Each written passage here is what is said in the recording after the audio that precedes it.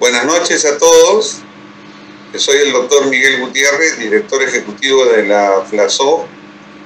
Le doy la bienvenida a todos los participantes en nombre del doctor Néstor Garelo, presidente de la Federación Latinoamericana de Obstetricia y Ginecología,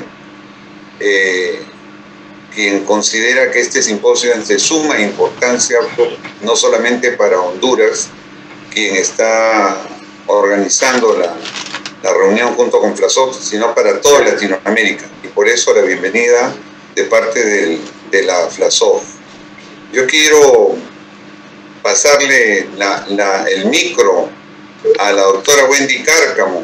Wendy Cárcamo es la presidenta de la Sociedad Hondureña de Ginecología y Obstetricia.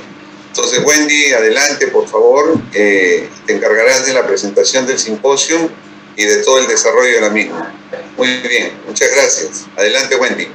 Muchas gracias, Miguel. Qué alegría estar esta noche aquí y poder compartir con toda Latinoamérica desde Honduras con un tema tan interesante y tan importante para la salud de nuestras mujeres a nivel de Latinoamérica, como es el avance en la implementación de los derechos sexuales y los derechos reproductivos en Latinoamérica y el Caribe. Es importante destacar que este simposio es un esfuerzo del Comité de Derechos Sexuales y Reproductivos de la Federación Latinoamericana y obviamente el subcomité a nivel local en Honduras. En nombre de la Sociedad de Ginecología y Obstetricia de Honduras les enviamos un abrazo y voy a dar paso al doctor Enrique Guevara Ríos, quien es el coordinador general del Comité de Derechos Sexuales y Reproductivos, quien se encargará de presentar a todos los profesores que el día de hoy pues nos van a discutir esta interesante temática. El doctor Enrique Guevara es médico cirujano, especialista en ginecología y obstetricia, secretario general de la Sociedad Peruana de Obstetricia y Ginecología. Además es coordinador general del Comité de Derechos Sexuales y Reproductivos, jefe del Departamento de Cuidados Críticos del Instituto Nacional Materno Perinatal de Lima, Perú. Es docente de la Facultad de Medicina de la Universidad Nacional Mayor de San Marcos y además de eso es miembro de la Sociedad Peruana de Contracepción. Así que, Enrique, bienvenido y te dejo en el uso de la palabra. Buenas noches. Muchas gracias por la presentación, doctora Wendy Cárcamo, presidenta de la Sociedad de Obstetricia y Ginecología de Honduras. Tengan todas y todos ustedes muy buenas noches, estimadas y estimadas colegas.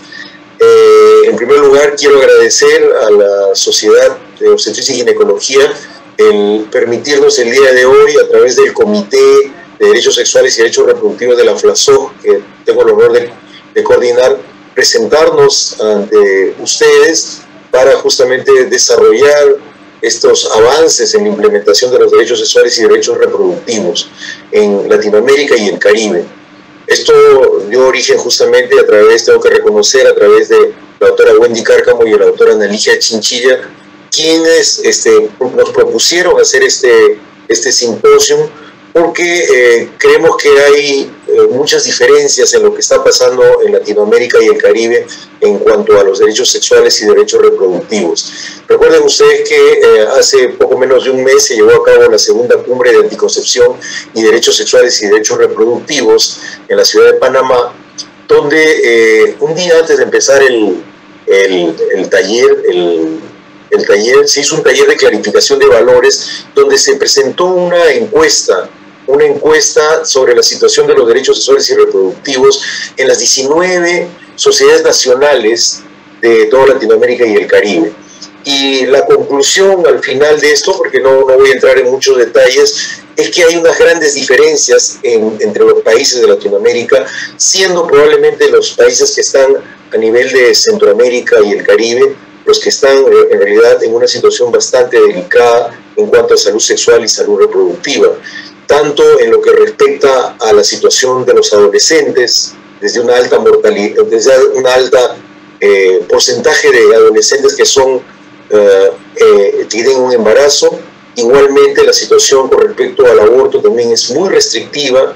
Igualmente lo que está sucediendo con todo lo referente a la anticoncepción de emergencia, que también está muy restringida, y una alta tasa de violencia contra la mujer, especialmente en lo que se refiere a violencia sexual contra mujeres, más de casi 2.900 casos de violación sexual en mujeres en Honduras, es algo que nos tiene que llamar mucho a la reflexión. Entonces, por esa razón, como comité, nosotros el día de hoy estamos acá y vamos a compartir entre todos todas las experiencias y conocimientos que tenemos con respecto a los avances en los derechos sexuales y reproductivos. Justamente esa es parte de la misión que tiene la FLASO y nosotros como comité. Desde ese punto de vista, el día de hoy nos van a acompañar dos prestigiosas y un prestigioso médico, todos especialistas en ginecología y obstetricia, quienes van a disertar sobre estos diferentes temas que ya he mencionado. Entonces, sin más, yo quiero presentar el primer tema a tocar, es justamente relacionado al aborto en Latinoamérica, causales e impacto de lo que está pasando en la actualidad. Para ello, tengo el honor de invitar a la doctora Laura Gil de Colombia. La doctora Laura Gil es una médica ginecobstetra de la Universidad Nacional de Colombia, diplomada en investigación en salud sexual y reproductiva en países en desarrollo por la Fundación Ginebrina para la Salud y la Organización Mundial de la Salud. Actualmente ella es directora del Grupo Médico por el Derecho a Decidir Colombia y del cual es miembro fundadora. Además, ella actualmente también es asesora del Comité de Salud de la Mujer y Derechos Humanos de la Federación Colombiana de Sociedades de Obstetricia y Ginecología, es asesora del Comité de Derechos Sexuales y Derechos Reproductivos de FLASO, y además ella es miembro del Comité de Aborto Seguro de la FIGO, Federación Internacional de Ginecobstetricia. Bienvenida y adelante, querida Laura. Tienes 20 minutos para desarrollar tu tema. Muchas gracias, Enrique. Muy agradecida por este espacio y por esta oportunidad, y la organización de esta webinar me parece muy pertinente para los momentos que estamos viviendo en Latinoamérica. Les voy a compartir mi pantalla, por favor, me confirman que la están viendo. ¿Está bien? Sí, está muy bien. Perfecto. Ya. ¿Ahí la siguen viendo? Así es, está muy bien. Perfecto, bueno, muchas gracias, Enrique. Bueno, entonces, yo quiero empezar este webinar hablando de cuál ha sido el impacto de las causales de su existencia o de su inexistencia para el aborto en Latinoamérica. Y quiero empezar hablando de una cosa muy importante, y es que estoy segura que en el momento que yo dije aborto, o en el momento que vieron el flyer invitando a este webinar y vieron que íbamos a hablar de las causales del aborto, lo primero que se nos vino a la cabeza, y es natural, es si estamos de acuerdo o no con el aborto. Y la respuesta por lo general es un sí y un no. A veces hay matices, hay dices, en algunas ocasiones sí, en algunas ocasiones no, pero por lo general nos paramos en uno de los dos extremos. Pero quiero que pensemos si realmente esa es la pregunta que nos tenemos que hacer, y quiero que para eso nos hagamos otra pregunta. ¿Conoce usted a alguien que haya abortado, sobre todo a alguien cercano? Por lo general también la respuesta es sí o no. Y quisiera que esa pregunta la complementaran con otra. Quisiera que esa persona que usted conoce personalmente por haber abortado estuviera en la cárcel, sí o no. Cada vez aquí es natural, este ejercicio lo he hecho en auditorios en vivo, y es natural que las personas empiecen a reflexionar y digan, no, es que independientemente de que yo estoy de acuerdo o no con el aborto, pues no creo que las personas que yo conozco que han tenido abortos puedan estar en la cárcel. Puede que haya personas que piensen que sí, y de eso se trata precisamente, de tener libertad de conciencia, libertad de pensamiento y de expresión, pero veamos en realidad cuál es la pregunta que nos tenemos que hacer cuando estamos enfrentándonos a una charla o a una decisión sobre aborto. La pregunta es, ¿cómo queremos que sea el aborto? ¿Por qué? Porque el aborto va a seguir sucediendo, estemos de acuerdo o no estemos de acuerdo. Haya leyes restrictivas o no haya leyes restrictivas en nuestros países. Entonces, lo que tenemos es dos escenarios y tenemos que escoger entre uno y otro. Ojalá pudiéramos escoger pues que no haya abortos, y yo lo digo desde mi punto de vista porque yo veo que las mujeres sufren cuando tienen que tomar esta decisión, porque es una decisión difícil, porque obviamente conlleva unos riesgos que son bajos afortunadamente cuando es un aborto seguro, pero obviamente si me preguntan pues preferiría que pudieran no abortar, pero eso no es lo que va a ser decisivo en la decisión de abortar o no. Las mujeres tienen razones muy íntimas y muy profundas para decir abortar o no, y en nada tiene que ver ni nuestra opinión ni las leyes de nuestro país. Entonces las opciones son Queremos que en nuestro país los abortos sean inseguros, es decir, que tengan complicaciones en un 10 a un 65% de los casos, porque 10% lo vemos cuando usan medicamentos con regular información, pero 65% lo hemos visto en los abortos que son inducidos con instrumentos infectados, con traumas, con instrumentaciones muy cruentas de la cavidad uterina y destrozos en la cavidad abdominal. O queremos que sea el aborto seguro, que tiene una tasa de complicaciones de 2 a 5 por cada 1000 y la gran mayoría de las complicaciones menores. Entonces, fíjense en dónde está realmente la opción que tenemos que tomar. No está nuestra opinión es totalmente personal y no hay opción buena o opción mala, pero aquí sí claramente hay una opción buena y una opción mala, porque no queremos que se compliquen las mujeres. Y cuando hablamos de mortalidad, entonces cuando estamos escogiendo el aborto inseguro, hablamos de 17 muertes por cada 100.000 abortos. Mientras que en el aborto seguro, en las series más, digamos, sombrías, se ha calculado en 1 por cada 100.000, pero existen series que calculan y estiman más o menos 1 por cada 1 millón de abortos. Entonces, recordemos esto y escuchemos esta charla con esa visión de que aquí la pregunta no es si hay que abortar o no hay que abortar, si queremos aborto o no aborto, no. Lo que queremos es que las mujeres no se compliquen y no se mueran por aborto, y eso estoy segura que lo queremos todos. Entonces revisemos cómo está el aborto en Latinoamérica. Pero primero en el mundo, de los 56 millones de abortos que suceden en el mundo, más o menos 25 millones son inseguros, eso es casi la mitad, el 45%. Estas son estimaciones que se hacen entre 2010 y 2014, porque pues es muy difícil contarlos con seguridad, porque en muchos sitios es ilegal y no hay forma de contarlos. Sin embargo, quiero que miren cómo es el panorama en Latinoamérica. 6.5 millones de estos 56 millones suceden en Latinoamérica, pero con la gran diferencia de que aquí la mayoría son inseguros, entonces pasamos de un 46% a un 76%, y esto es vergonzoso. Esto debería hacer que los levantemos y abramos los ojos y digamos, bueno, tenemos que hacer algo porque eso está pasando en nuestros países. Y fíjense otro dato más, la tasa de aborto, o sea, la tasa total de abortos que suceden ha ido disminuyendo en los países desarrollados. Ustedes los ven acá representados por las rayitas anaranjadas. Y la gran mayoría de esos países tienen legislaciones liberales frente al aborto, mientras que en los países en desarrollo la tasa de aborto ha seguido igualitica en esos últimos años desestimada. Y otra cosa muy importante, cuando nuevamente la pregunta es, ¿queremos que haya abortos o queremos que no haya abortos? No, pues por mí que hubiera menos, que solo hubiera los absolutamente necesarios o que no hubiera que recurrir nunca al aborto, pero claramente poner leyes restrictivas no es la respuesta. Si nosotros queremos menos abortos, no vamos a ver ninguna diferencia así nuestras leyes sean totalmente restrictivas. Aquí vemos cómo las tasas de aborto en los países que tienen, por ejemplo, solo la causal de riesgo para la vida de la mujer, tienen unas tasas de aborto en promedio de 37 por cada 1000 mujeres en edad fértil. Y en los países en donde es a solicitud, es decir, lo pueden pedir por voluntad propia, es de 34 por cada 1000 mujeres, es incluso un poquito más bajita. Entonces, y esto se repite en múltiples mediciones y estudios, es decir, las restricciones para acceder al aborto, las restricciones legales no hacen que sea menos frecuente, solo hacen que sea inseguro. Entonces, ya con este contexto, quiero que pensemos qué está pasando en Latinoamérica, porque hablaba Enrique de que tenemos unas brechas gigantes. Y para mí esas brechas gigantes, por eso quería hacer esta reflexión primero, se dan precisamente porque en algunos países se ha dado el salto de pensar, ¿estamos de acuerdo o no con el aborto?, a cómo queremos que sea la cara del aborto. Y esto hace una gran diferencia en las leyes, en el acceso al aborto legal, en el acceso a los servicios de aborto, en fin. Y quiero que hagamos como un recorrido de qué consecuencias tienen esas legislaciones o estas decisiones que toman los países ya para la parte práctica, para lo que nosotros hacemos en el día a día. Entonces, recordemos que existe todo un espectro y quiero que recuerden esta columnita que puse aquí al lado como un semáforo. Tenemos en Latinoamérica muy disímiles legislaciones, desde totalmente prohibido, en especial en Centroamérica, y aquí tenemos a Honduras, en Nicaragua, El Salvador, Haití, República Dominicana. Tenemos países que tienen causales bastante restrictivas, como la causal vida.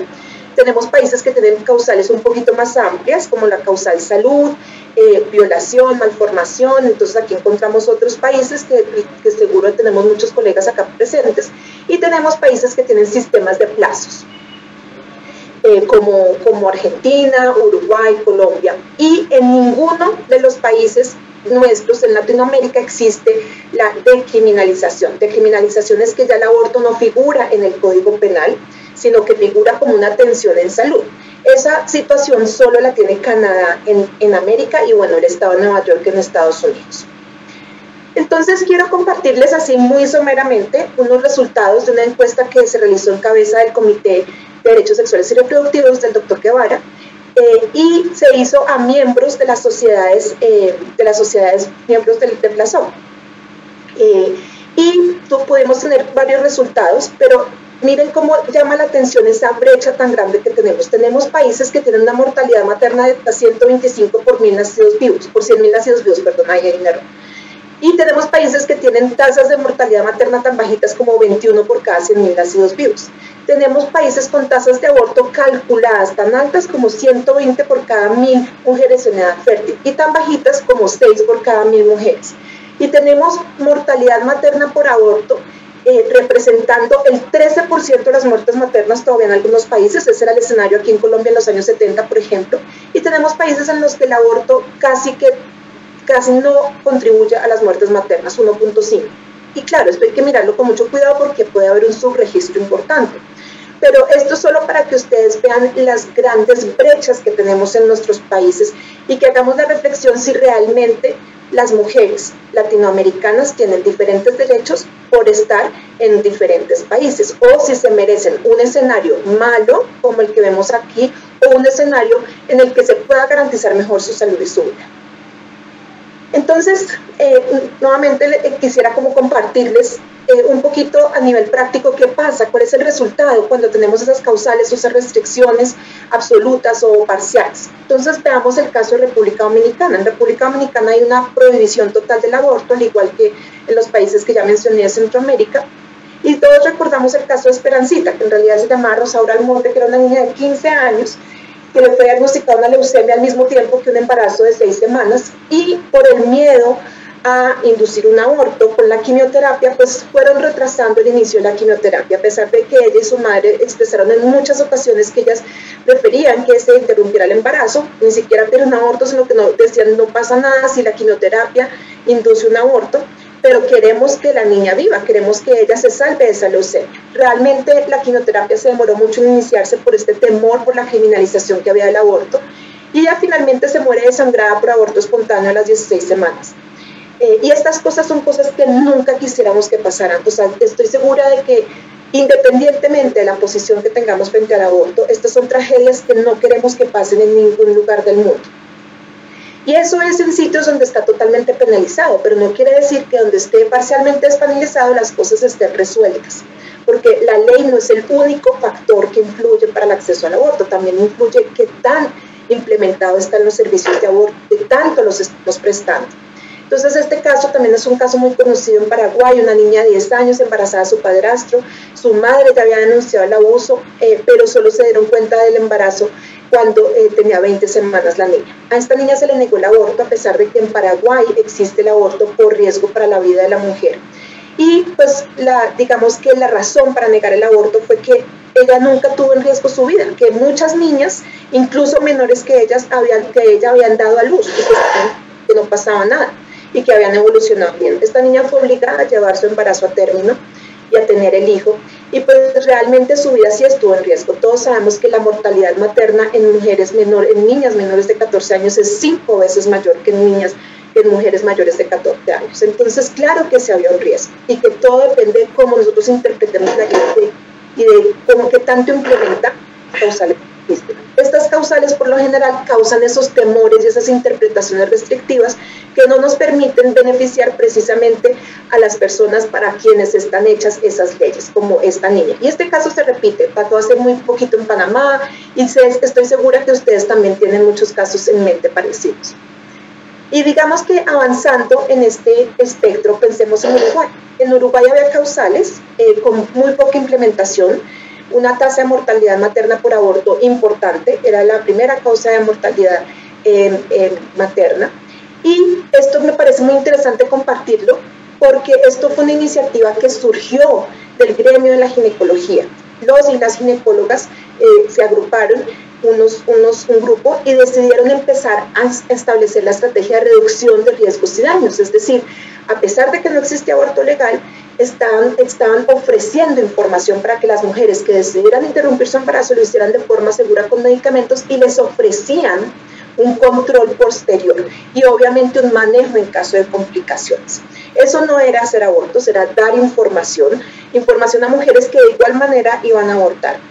Y me gusta mucho este artículo que se publicó después, y es: ¿qué podemos hacer los ginecólogos obstetras para reducir la mortalidad materna por aborto?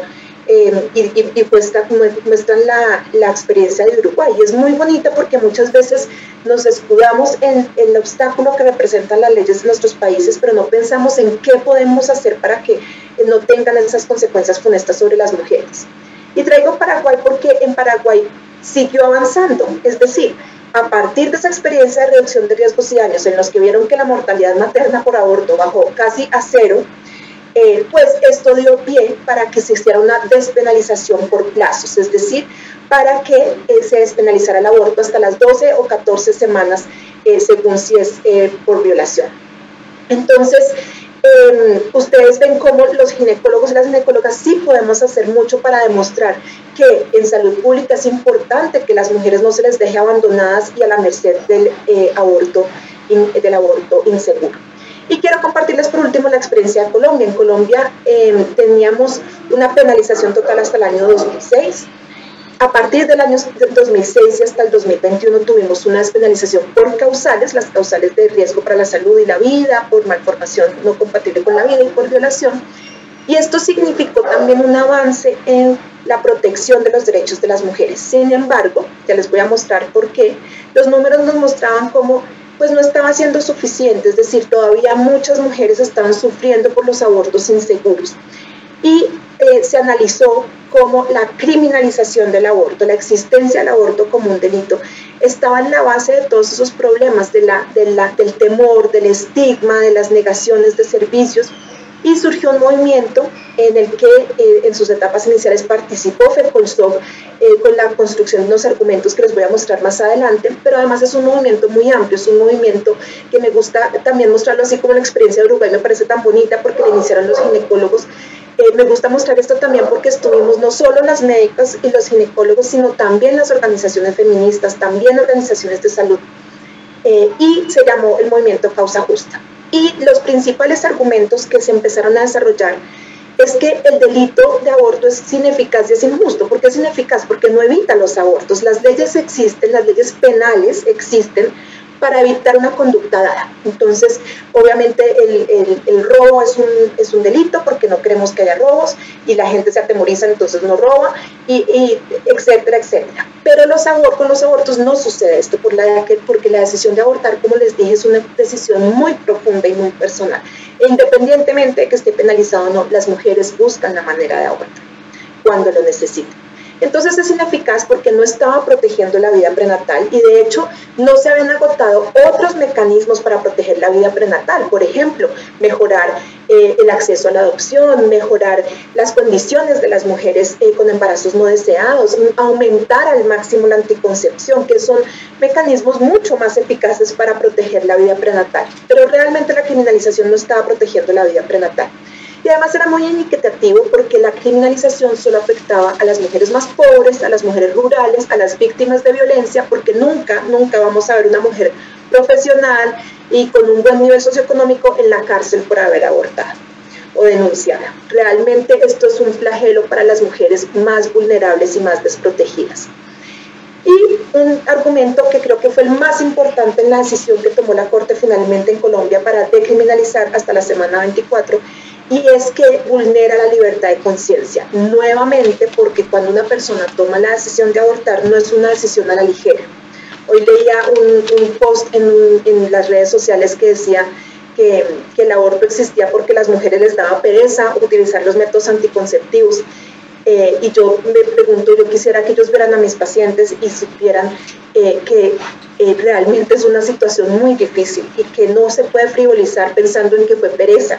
y muchas veces pueda que no se hayan usado, pero muchas veces se han usado. Y no solamente eso, sino que muchas veces hablamos desde el privilegio de tener a mano información, educación, métodos anticonceptivos, pero ese no es el privilegio que tienen todas las mujeres en nuestra región. Muchas no tienen acceso, muchas no tienen información.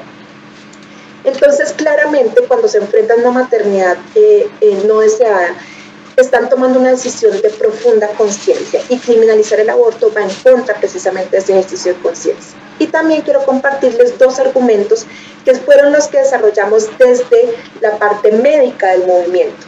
Uno que desarrollamos desde el Grupo Médico por el Derecho a Decidir, y es cómo la penalización del aborto no permite un libre ejercicio de profesión y oficio. ¿Por qué? Porque nos obliga a veces a tomar decisiones antiéticas, como por ejemplo la decisión que tuvieron que tomar frente a Esperancita y dejarla morir de leucemia, y muchos otros casos que hemos visto. Y además, lo desarrollamos con FECOLSOC, con la Federación Colombiana de Obstetricia y Ginecología, es cómo la criminalización del aborto estaba dejando que no se percibiera el efecto positivo del acceso al aborto seguro en nuestro país. Y para eso hicimos un ejercicio.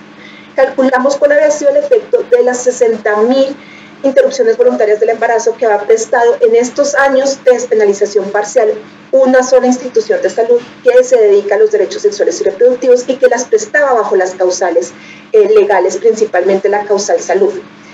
El efecto de estas 60.000 atenciones fue que se evitaron 7 muertes maternas, se evitó la pérdida de 437 años de vida saludable, y se evitó la pérdida de una cantidad de dinero que se podía y se pudo utilizar para prevención, por ejemplo. Pero es que además esas 60.000 atenciones no venían solas. Como se trata de aborto legal y de aborto seguro, vienen acompañadas de una atención integral. Y esto es una de las ventajas de tener el acceso al aborto legal, que va regulado, es decir, va acompañado de acceso a la anticoncepción, de asesoría, de acompañamiento. Y eso quiere decir que estos 60.000 atenciones resultaron en un alto inicio anticonceptivo, sobre todo de larga duración, porque tenían una muy buena asesoría anticonceptiva. Entonces no fueron 7 muertes maternas las que se evitaron, sino 16 muertes maternas. Y más importante aún, vuelvo a la pregunta: ¿qué queremos? ¿Que haya menos abortos? Bueno, aquí hay una buena estrategia para tener menos abortos. Se evitaron 27.000 nuevos embarazos no deseados, en comparación a si estas 60.000 mujeres hubieran acudido al aborto inseguro, porque con mucha seguridad no hubieran recibido asesoría anticonceptiva.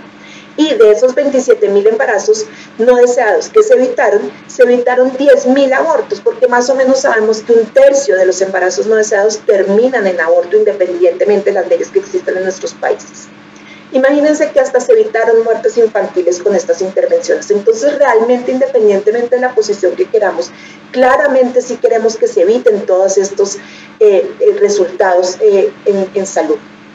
Y después imagínense, y este fue yo creo que uno de los principales argumentos en salud pública, si todas las mujeres durante todos esos años en Colombia hubieran tenido acceso, donde se calcula que tenemos más o menos 400.000 abortos anuales inducidos, pues hubieran sido muchos abortos, digamos en números absolutos hubieran sido 400.000 anuales, hubieran devenido 48 muertes anuales, pero es que son 12 años, hubieran sido 4 millones de abortos, que a todos nos puede parecer exagerado, nos puede parecer una cosa fuera de sí, pero es que esos 4 abortos sí sucedieron, es decir, no nos los estamos imaginando, sí sucedieron, solo que en la clandestinidad. Y si hubieran sido abortos seguros, hoy en día estarían vivas más de 500 mujeres, casi 600 mujeres que murieron a causa del aborto inseguro. Y se hubiera evitado la pérdida de muchísimos años de vida saludable y de muchísimo dinero que hubiéramos podido utilizar en salud para evitar esos embarazos no deseados. Entonces, ya para ir redondeando, recordemos qué recomendaciones internacionales tenemos basadas en toda esta evidencia. Primero, la OMS en su nueva guía del año 2022 sobre cuidado del aborto recomienda la criminalización, es decir, recomienda que se decriminalice el aborto y se regule como un servicio de salud, no como un crimen, porque esto tiene unos resultados muy negativos en salud para las mujeres y para la sociedad. De hecho, ni siquiera recomienda las causales ni los límites de edad gestacional, es decir, todo esto se puede manejar, pero desde la regulación en salud, no desde la justicia penal. Igualmente, desde FIGO tenemos nuestro documento de posición que llama a la decriminalización total del aborto para abogar por un aborto seguro en vez de favorecer el aborto inseguro cuando lo criminalizamos. Todo esto tienen acceso en nuestra página de FIGO. Y quiero cerrar con decirles, ustedes todos seguramente nos acompañan de muchos países, habrá unos que vengan de países en donde hay penalización total y otros donde haya decriminalización, y algunos estarán pensando, no, pero aquí yo no puedo hacer nada porque mi gobierno o mis leyes son totalmente restrictivas, y habrá otros que me digan, no, aquí ya se despenalizó hasta la semana X, entonces ya no tenemos nada que hacer, pero sí siempre hay algo que hacer.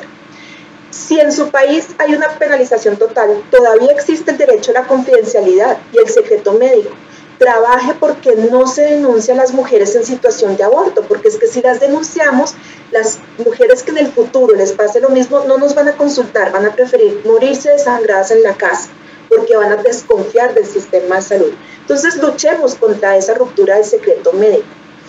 Si en su país hay causales pero no se aplican mucho, todavía existe el derecho a la información. Luche por una estrategia de reducción de riesgos y daños. Es decir, la información no es un delito y se le puede dar a las mujeres y puede salvar vidas. Si en su país ya hay las causales y se implementan bien, recuerden que el derecho a la vida y a la salud y a la igualdad es integral, que hay que defenderlo y que tenemos que interpretar de manera amplia las causales. Es decir, no nos puede pasar lo que pasó en Paraguay, que decimos que una niña de 10 años no está en riesgo de morirse con un embarazo. Y por último, si ustedes ya están en un país en el que, por ejemplo, ya está despenalizado por plazos, recuerden que también hay un derecho a la libertad de conciencia, y por eso tenemos que luchar como profesionales y como sociedades por un ejercicio responsable de la objeción de conciencia, y tenemos que trabajar por la despenalización social del aborto, es decir, que tenemos que desestigmatizarlo para que no signifique un sufrimiento para las mujeres. Con esto termino y les agradezco mucho y espero que haya muchas preguntas al final. Muchas gracias, doctora Laura Gil, por su excelente presentación. La felicitamos porque nos ha presentado hechos muy concretos sobre el impacto que tiene el aborto seguro en la salud de las mujeres, y que creo que nos debe llamar mucho a la reflexión. Como usted dijo casi al final, siempre los médicos ginecobstetras tenemos una responsabilidad frente a la salud de las mujeres y siempre habrá algo que hacer. Nuevamente, muchas gracias, doctora Laura Gil, y seguramente, como usted dice, van a haber muchas preguntas. Bien, vamos a continuar con el segundo tema. El segundo tema, como ya mencioné también al inicio, hay un problema muy serio con lo que se refiere a la salud de las y los adolescentes. Las tasas de embarazo siguen siendo muy altas, las complicaciones por mortalidad materna siguen siendo muy altas y no parece haber muchos cambios, aún todavía con algunas normas y leyes muy restrictivas que hacen que esto sea cada vez más difícil. Justamente para desarrollar este tema quiero presentar al doctor Jairo Fuenmayor. El doctor Jairo Fuenmayor es médico cirujano, especialista en obstetricia y ginecología, con diplomado en bioética, en endocrinología y ginecológica. Además es docente de la Cátedra de la Clínica de la Escuela de Medicina Luis Racetti de la Universidad Central de Venezuela, en la sede de maternidad de Concepción Palacios. Y él en la actualidad, él es presidente de la Sociedad de Obstetricia y Ginecología de Venezuela. Además, el doctor Jairo Fuenmayor es miembro del Comité de Derechos Sexuales y Derechos Reproductivos de la FLASOC. Entonces, con ustedes tengo el honor de presentar al doctor Jairo Fuenmayor para que nos dé unas palabras, porque tengo entendido que creo que ha grabado su presentación, así que creo la pondremos. Bienvenido y adelante, doctor Jairo Fuenmayor.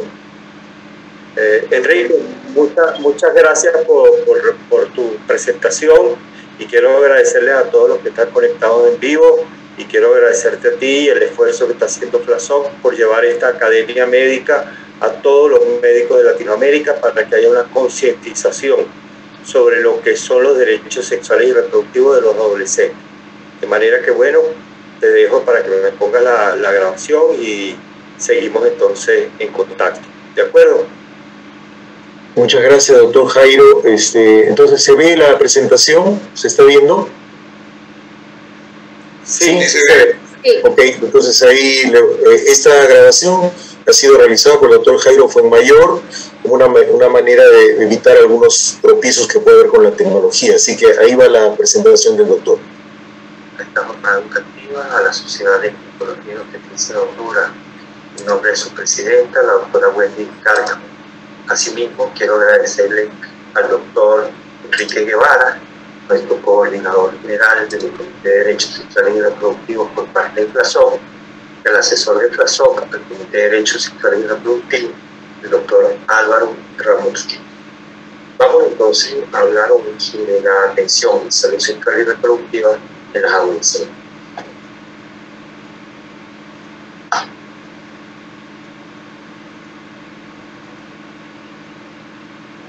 Quiero entonces mencionarle a qué nos vamos a dedicar.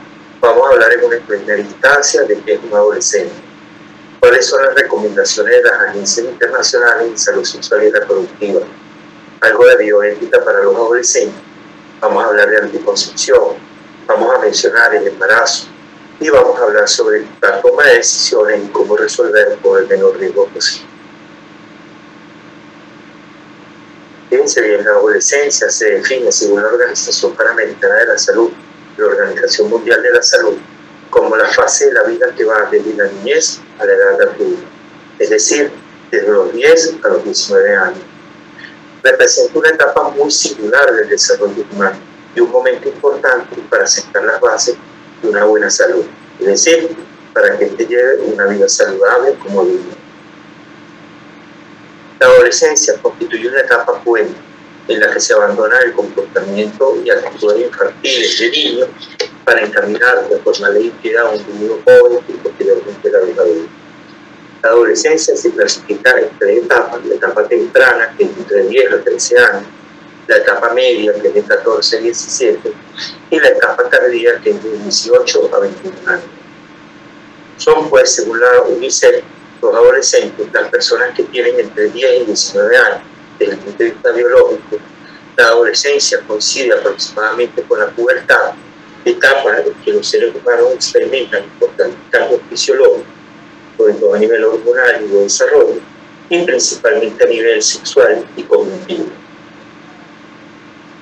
Latinoamérica está en una deuda muy grande con las metas del milenio.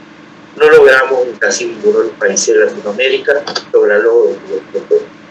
Sin embargo, los objetivos de desarrollo sostenible, que son para llevarlos al 2030, con 17, y quizás los más importantes y los que están relacionados más con salud sexual y reproductiva de los adolescentes, es primero el fin de la pobreza, después una educación de calidad, en la cual haya existir en la educación sexual y reproductiva para la población, que haya igualdad de género, que haya un trabajo decente para que haya un crecimiento económico, una mejor vida de los ciudadanos, que haya reducción de las desigualdades en todos los estilos, tanto económicos como educativos, y por último que haya una alianza fuerte, sólida entre los individuos, las comunidades, los gobiernos y las instituciones no gubernamentales, para de esta manera lograr los objetivos mencionados.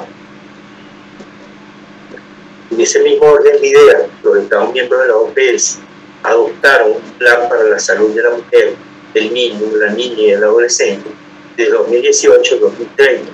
El plan de acción se basa en 4 líneas estratégicas.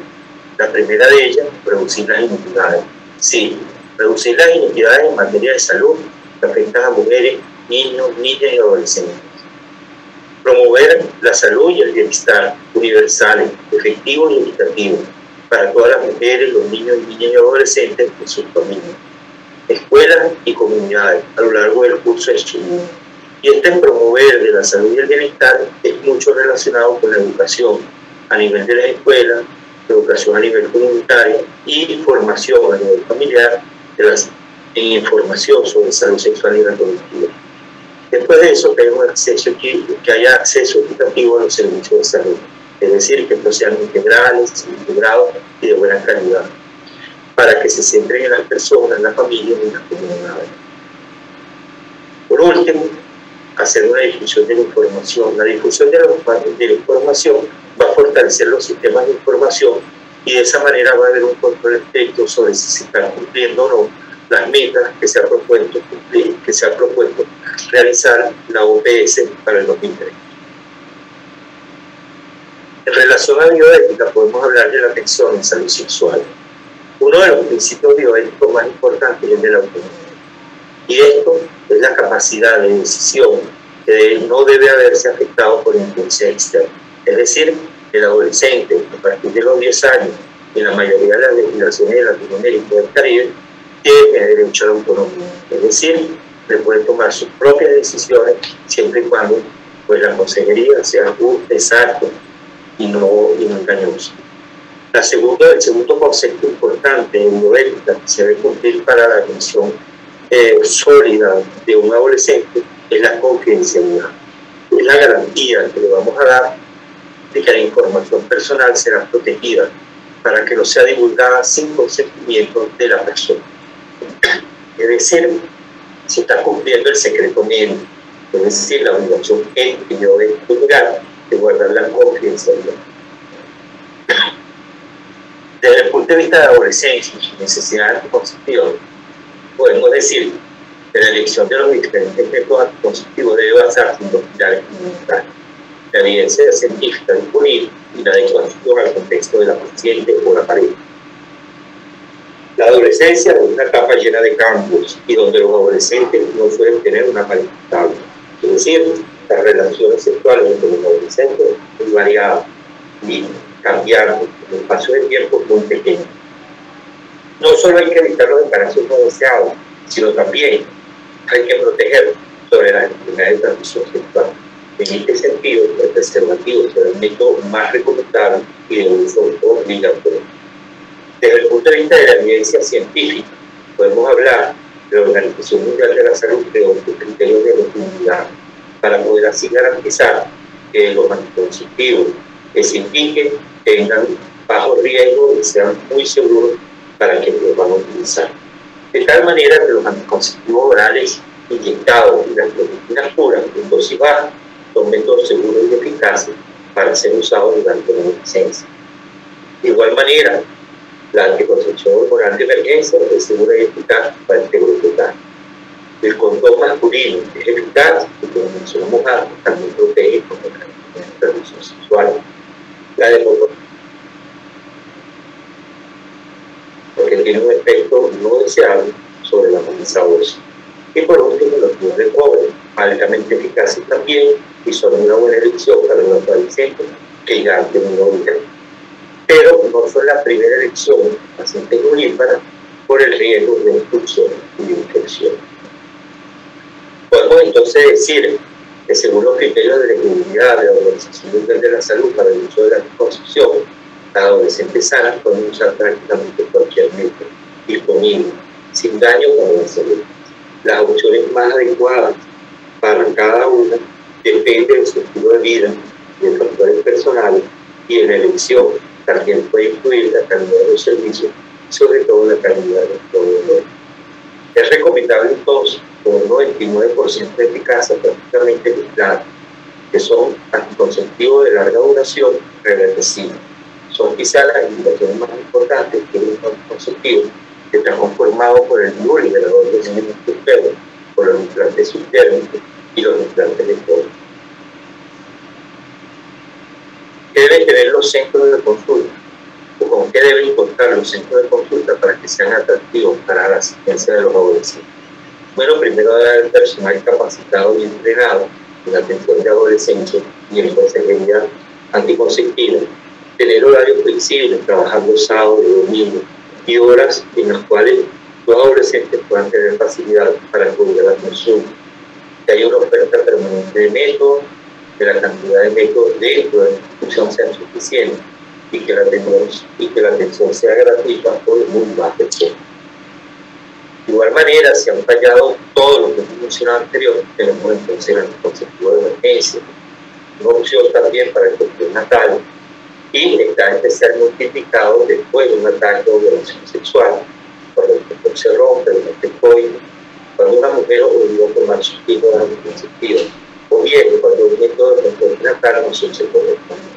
Pero quizás el más importante de la indicación del anticonceptivo de emergencia para la adolescente es cuando se tiene una relación sexual y no se utiliza ningún método anticonceptivo.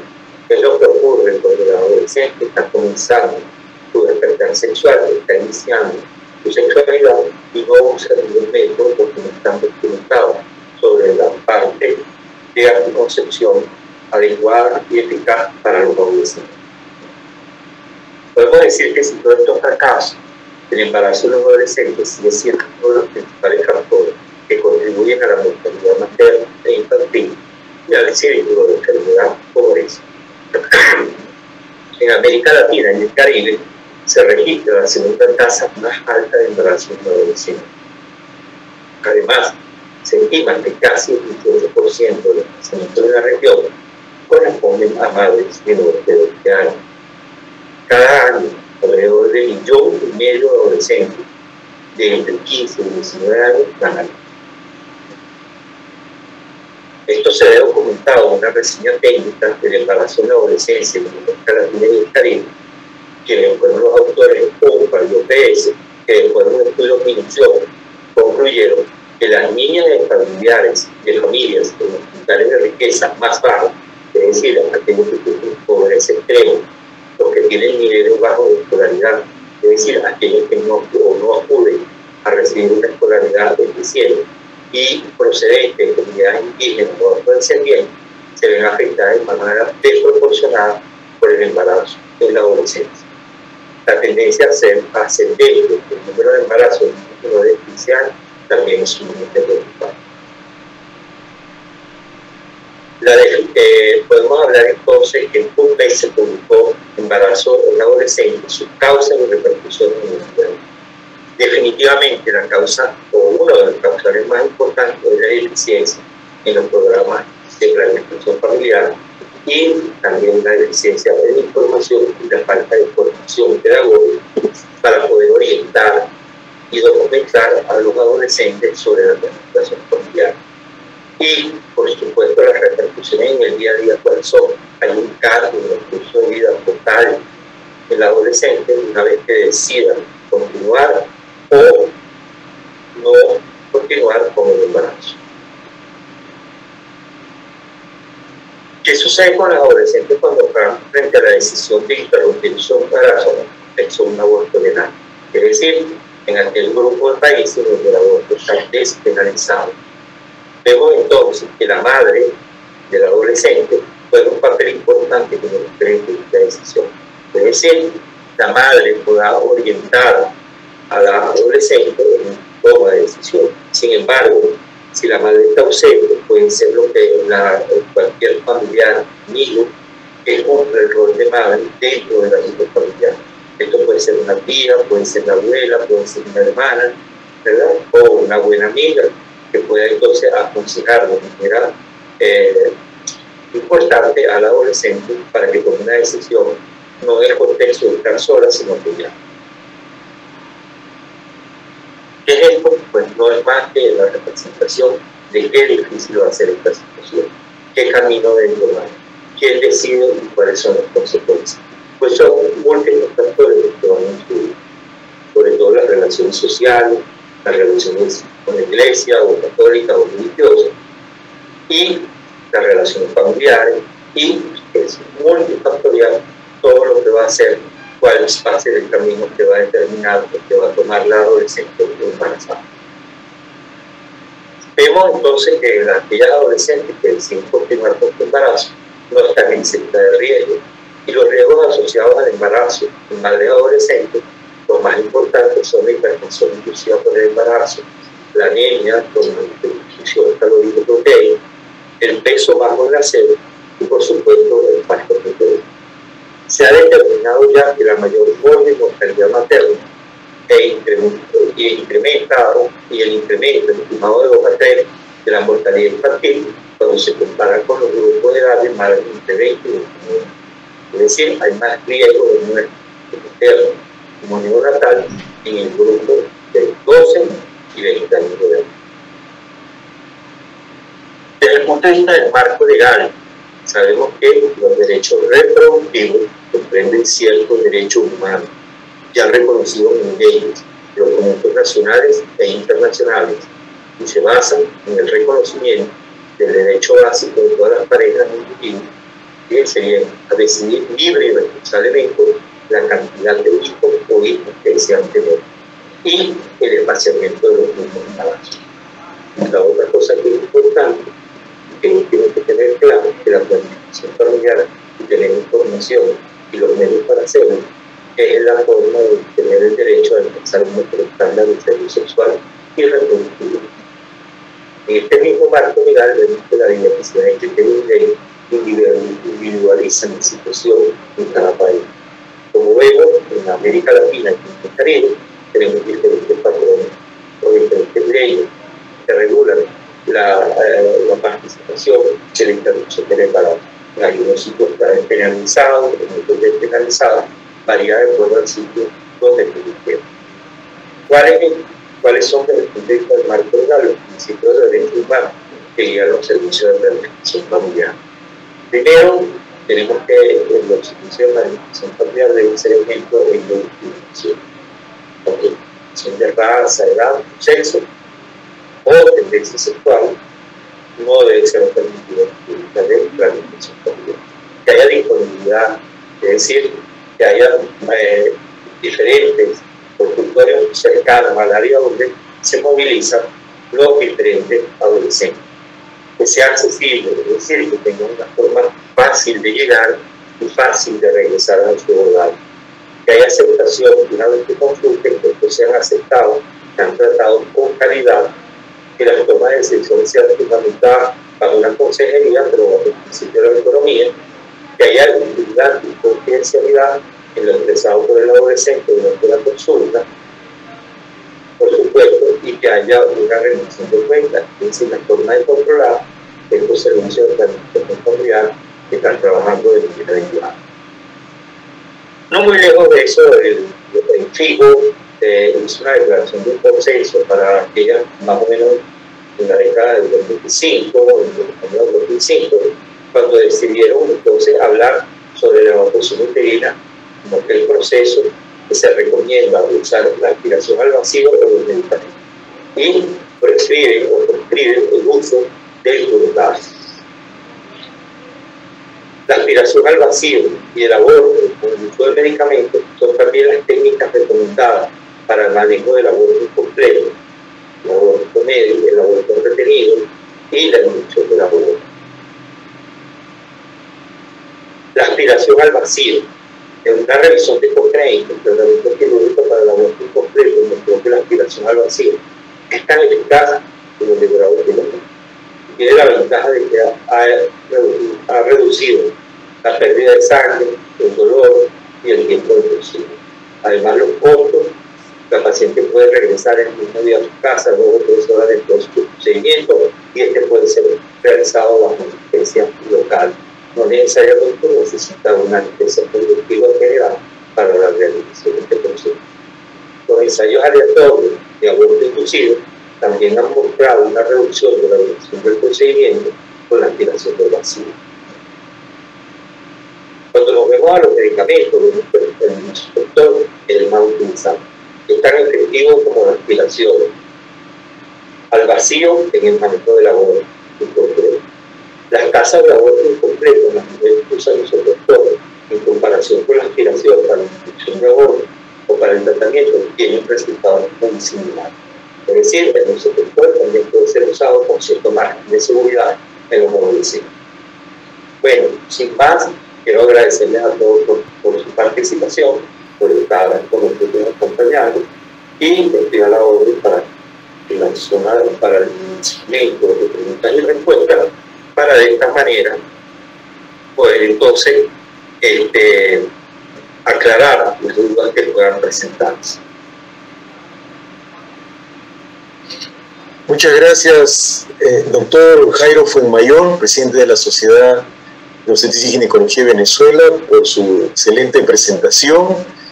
Creo que ha cubierto en el breve tiempo que tiene todos los diferentes aspectos que transversalizan la atención de los adolescentes, la importancia que tienen nuevamente los médicos ginecobstetras justamente en la atención de estas adolescentes. Nuevamente muchas gracias, doctor Jairo, y lo invitamos para posteriormente a las preguntas. Bien. Ustedes aquí, gracias a ti. Sí. Gracias, Jairo. Bien, vamos a continuar con nuestro simposio y en la última presentación, como ya se había mencionado anteriormente, hay graves problemas con lo que es la violencia de género y entre ellos la violencia sexual, especialmente la que es referida a la violencia contra las mujeres. ¿Cuál es el manejo médico de la violencia sexual? Va a dar respuesta a esa pregunta la doctora Diana Mabel Galimberti. La doctora Diana Mabel Galimberti, ella es médica especialista en ginecología, obstetricia y tocoginecología, es doctora en medicina por la Universidad de Buenos Aires y diplomada en salud pública también de la Universidad de Buenos Aires. Profesora regular adjunta en la orientación obstétrica del Departamento de Tocoginecología de la Facultad de Medicina de la Universidad de Buenos Aires. Ella es fellow del Colegio Americano de Obstetricia y Ginecología, miembro de la Comisión Nacional Coordinadora de Acciones para la Elaboración de Sanciones de Violencia de Género. Actualmente es presidenta del Centro Latinoamericano de Salud y Mujeres, el SAMT, miembro del grupo de World Contraception Day, autora de múltiples trabajos científicos de publicación nacional e internacional. Además, ella es asesora del Comité Latinoamericano de Derechos Sexuales y Derechos Reproductivos de la FLASOG, y además es miembro del Working Group of Gender Violence de la FIGO, Federación Internacional de Ginecología y Obstetricia. Buenas noches y bienvenida, doctora Diana. Adelante con su presentación. Es un honor presentarla. Adelante, por favor, doctora. Ay, momentito. Vamos a darle sus 20 minutos también a la doctora Diana para que haga su presentación. Hay que poner compartir pantalla, ya la estamos viendo. Se ve muy bien la pantalla. Solamente falta ponerle en modo de presentación. Espera. ¿Se puede ver? Sí, se ve muy bien. Abajo nada más hay que ponerle en modo de presentación el PowerPoint. Espera un poquitito. No veo dónde se pone. En su misma computadora, cuando está usando el PowerPoint, ahí abajito está modo de presentación.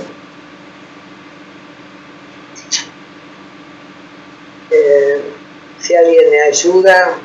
Ahí un poquito más abajo, no más a la mano derecha, ahí abajo está. Acá, un poquito más abajo donde están los porcentajes. Ahí abajo, abajito, ahí hay una pantallita que es para hacer la presentación a pantalla completa.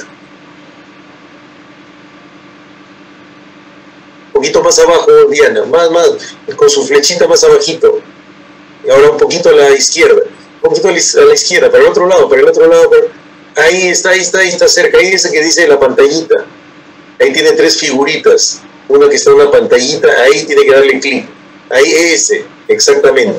Ah, listo. Sí, pero dele ahí clic, dele ahí. Le estoy dando clic, pero... Doble clic en todo caso.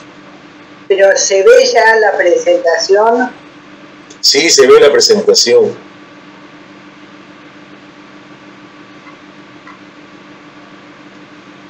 Bueno, ¿se ve bien? ¿Ya ahora puedo empezar?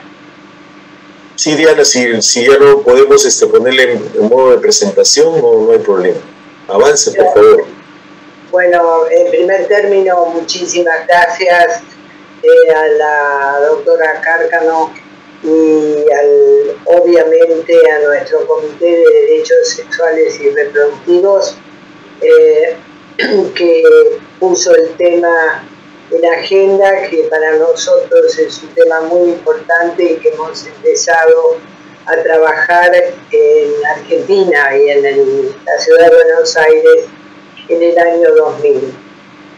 Tuve la suerte de ser invitada a Nápoles a la primera conferencia de FIGO en el manejo de la violencia en general y la violencia de género, y ahí la suerte además de conocer al doctor Aníbal Faúndez, quien me invita a conocer en Brasil el programa de atención a víctimas de violencia sexual. Yo en Buenos Aires en el año 92 ya habíamos empezado a trabajar en el tema de violencia de género, con lo cual cuando vuelvo a Buenos Aires, en mi hospital, que es un hospital que cumplió 200 años, propuse al grupo mío de trabajo empezar a trabajar en un protocolo para atención de violencia sexual. En ese momento decidimos con el grupo que teníamos que plantear fundamentalmente cómo íbamos a trabajar, y lo primero que nos preguntamos es quién debía atender a las víctimas, y el planteo fue, primero, quién las iban a atender y qué necesidades tenía una mujer violada desde el punto de vista médico, psicológico, social y legal. Y claramente teníamos dos guías o dos ítems: necesidad de una asistencia inmediata de la víctima y necesidad de la atención de efectos tardíos. Esto fue fundamental porque en ese momento, a nivel gubernamental, a nivel nacional, nace el programa de las víctimas contra las violencias que coordinó y coordina la doctora Eva Giberti, conocida internacionalmente. Y ahí se nos plantea qué vamos a hacer y cómo van a ser atendidas desde lo médico, que es lo que me compete ahora. Y la primera opción fue la atención de las lesiones, pero la recepción de las mujeres y por dónde entraban era muy importante, ya que en ese momento se arma a nivel de la ciudad de Buenos Aires un mecanismo donde toda mujer que llegara a una comisaría o a un juzgado o a un centro de salud, en 20 minutos la gente del programa, que era una trabajadora social y una psicóloga, tenía la obligación de traerlo a nuestro hospital, que era el hospital de referencia. Y ahí se planteaba la atención de las lesiones, prevención de infecciones sexualmente transmitibles y el evitar el embarazo no deseado. Pero fíjense que estoy hablando de que comenzamos en el año 2000 y fue un modelo que se siguió replicando en otras provincias, donde siempre lo pensé que no tenía que ser solamente puesto como lugar de referencia los hospitales, sino que tenían que estar incorporados los centros de salud y las salitas más alejadas de los centros más importantes asistenciales, porque nuestro país, con la diversidad que tiene, las mujeres pueden llegar a un centro de salud y ahí debe estar el personal para atenderlo capacitado, para hacerle la primera parte de la atención y sobre todo la parte de prevención. Y ahí pusimos que tiene que ser personal de salud entrenado. Fue una lucha importante porque en otros momentos querían exclusivamente dirigirlo a que sean los tocoginecólogos. Y en el tema de violencia uno tiene que trabajar con el equipo de salud en forma integrada. Y o los médicos especialistas, los generalistas, enfermeros, técnicas de salud. Ya que inicialmente la prevención de embarazo y la anticoncepción de emergencia se puede dar por personal entrenado sin ningún problema y sin ninguna complicación. ¿Y a dónde llegábamos? A los centros de salud, o a los hospitales o a instituciones intermedias que nosotros tenemos. Y esto era para nosotros, un flujograma que siempre digo nos sirvió porque el grupo que teníamos permanente. Diana, discúlpame, estás pasando tus diapositivas, porque no está en la misma diapositiva. No entiendo. Y si estás pasando las diapositivas. Sí, las estoy pasando, ¿no las ves? Está en la misma diapositiva desde el principio, la que tiene atención a víctimas de agresión sexual en el hospital público. Pero perdón, no sé qué pasa.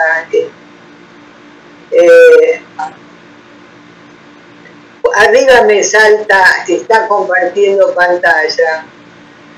Sí, está bien, pero tienes que darle avance a tus diapositivas. Perdón, le estoy dando avance, yo las veo que van pasando. Ya, entonces, ¿sabes qué? Yo lo que te recomendaría es que vuelvas a dejar de compartir la flechita que está ahora en rojo, me parece, dejar de compartir y vuelvas a compartir pantalla, porque no está avanzando. Dejo de compartir y... Ya, entra a compartir pantalla, por favor. Y ahí me sale abajo, dice compartir. Ya. Ahora está perfecto, ahora está muy bien. Avanza la diapositiva, por favor. Ahí avanza. No. Ahí está avanzando. Ahí está avanzando. Ahora sí. Sigue, por favor, Diana. Bueno, estábamos, perdón, no sé si acá habíamos ya visto o no lo vieron, que el planteo de la necesidad de asistencia inmediata de la víctima y necesidad de atención de los efectos tardíos de la violencia. Y de los médicos, la atención de las lesiones, la prevención de infecciones de transmisión sexual y evitar el embarazo no deseado.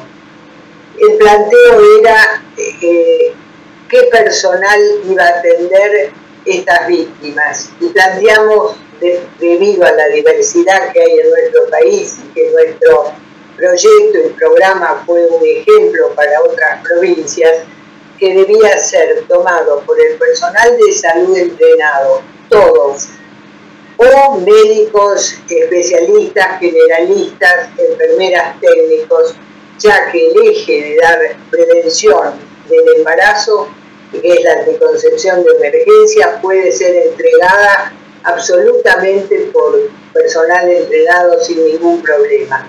¿Y a dónde llegaban? A los centros de salud, a hospitales o a lugares intermedios que nosotros tenemos en nuestro subsistema de salud.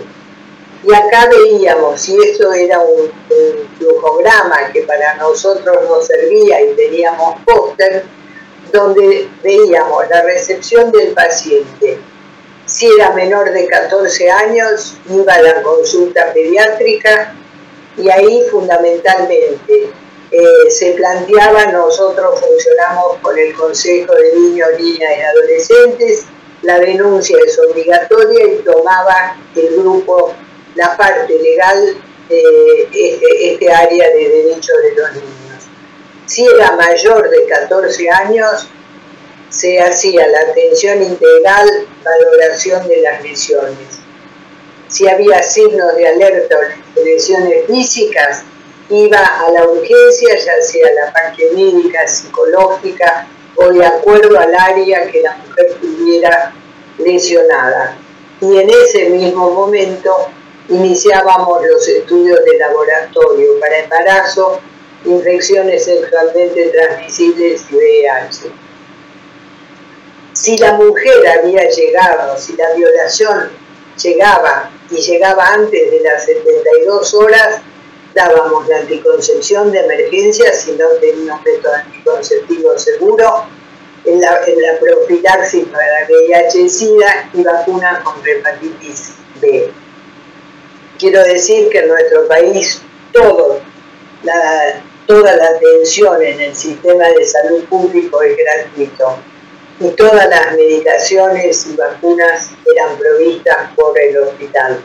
Si la violación era después de las 72 horas, informábamos y se informaba a la familia si era necesario o al tutor, si había una instancia legal. Pero fundamentalmente hacíamos hincapié en la elaboración de una historia con descripción minuciosa de las lesiones y los hallazgos. Fundamentalmente cuando iniciamos en el año 2000 este modelo de atención, pensábamos que lo mejor era que recibieran a la víctima el médico, la médica, porque formábamos los equipos de guardia con mujeres, con profesionales mujeres que tendrían en última instancia menos inconveniente las pacientes para ser asistidas, y junto con la psicóloga para que en ese momento pudiera referir lo que le había pasado y no tuviera que volver a hacer el relato en una segunda instancia. Después la experiencia nos mostró que una víctima, después de haber estado sometida al trauma de que la amenaza de muerte está ahí encima todo el tiempo, lo único que querían es que le diéramos tratamiento, que la tratáramos con empatía, ir a su casa con el grupo familiar, si es que tenía un grupo continente. Y veíamos que cuando nuestro trato era con empatía, volvían después a pedir tratamiento psicológico en el área que nosotros teníamos armado. Posteriormente se hacía la entrevista social, nosotros teníamos la suerte de tener guardia con trabajadoras sociales, teníamos desde ya psicólogas y psiquiatras de guardia y una abogada especializada en el tema de violencia, que si la mujer, en el caso de adultas, quería hacer la consulta, se la derivaba en forma muy privada a encontrarse con la abogada, y en ningún momento la abogada presionaba para que la mujer hiciera la denuncia sobre lo que había pasado. ¿Por dónde entraban? Entraban por la Guardia General, pues llegaban a la maternidad. Nosotros teníamos en la maternidad el grupo formado, muchas veces oftalmología porque venían con una lesión, o traumatología y ginecología, que eran de los lugares más importantes.